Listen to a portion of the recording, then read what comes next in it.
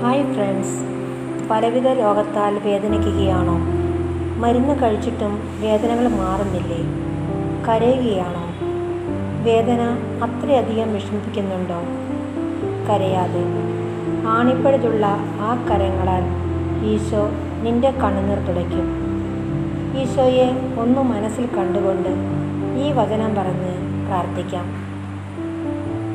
2 രാജാക്കന്മാർ 20 5-ാമത്തെ വചനത്തിൽ ഹെസക്കിയ പ്രവാചകനോട് ദൈവമായ കർത്താവ് പറയുന്നു,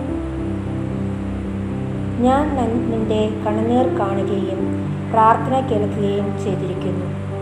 ഞാൻ നിന്നെ സുഖപ്പെടുത്തും.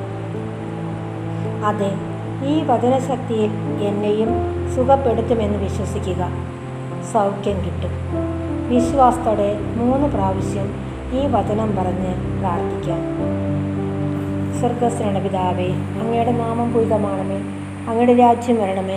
അങ്ങയുടെ തിരുമനസ്സ് സ്വർഗ്ഗത്തിലെ പോലെ ഭൂമിയിലുമാകണമേ. അന്നന്ന് വേണ്ട ആഹാരം ഇന്നും ഞങ്ങൾക്ക് തരണമേ. ഞങ്ങളോട് തെറ്റ് ചെയ്യുന്നവരോട് ഞങ്ങൾ ക്ഷമിക്കുന്ന പോലെ ഞങ്ങളുടെ തെറ്റുകൾ ഞങ്ങളോട് ക്ഷമിക്കണമേ. ഞങ്ങളെ പ്രലോഭനത്തിൽ ഉൾപ്പെടുത്തരുതേ, തിന്മയിൽ നിന്നും ഞങ്ങളെ രക്ഷിക്കണമേ. പിതാവിനും പുത്രനും പരിശുദ്ധാത്മാവിനും സ്തുതി, ആദിയിലെ പോലെ ഇപ്പോഴും എപ്പോഴും എന്നേക്കും ആമേൻ. പിതാവിനും പുത്രനും പരിശുദ്ധാത്മാവിനും സ്തുതി, ആദിയിലെ പോലെ ഇപ്പോഴും എപ്പോഴും എന്നേക്കും ആമേൻ.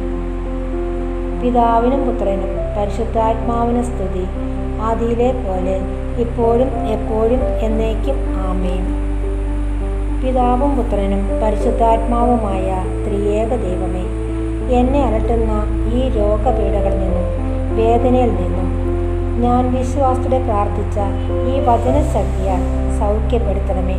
വേദനയിൽ ആശ്വസിപ്പിക്കണമേ. ആമേൻ.